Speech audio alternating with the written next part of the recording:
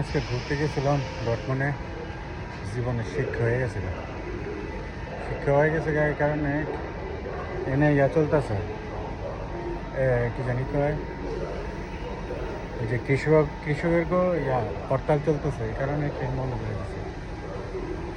Train বন্ধ করে দিছে। এখন এই যে ট্রেন এক একবার লেট করে, আর ট্রেন সব এক লোক হয়ে গেছে। এই কারণে সাইছে।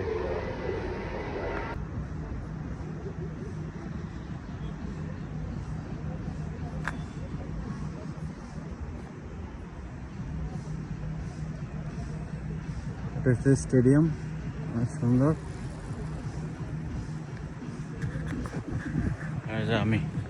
আমি আসলে আমার ঘুরতে অনেক ভালো লাগে। জার্মানিতে অনেক সুন্দর সুন্দর শহর আছে ঘুরতে।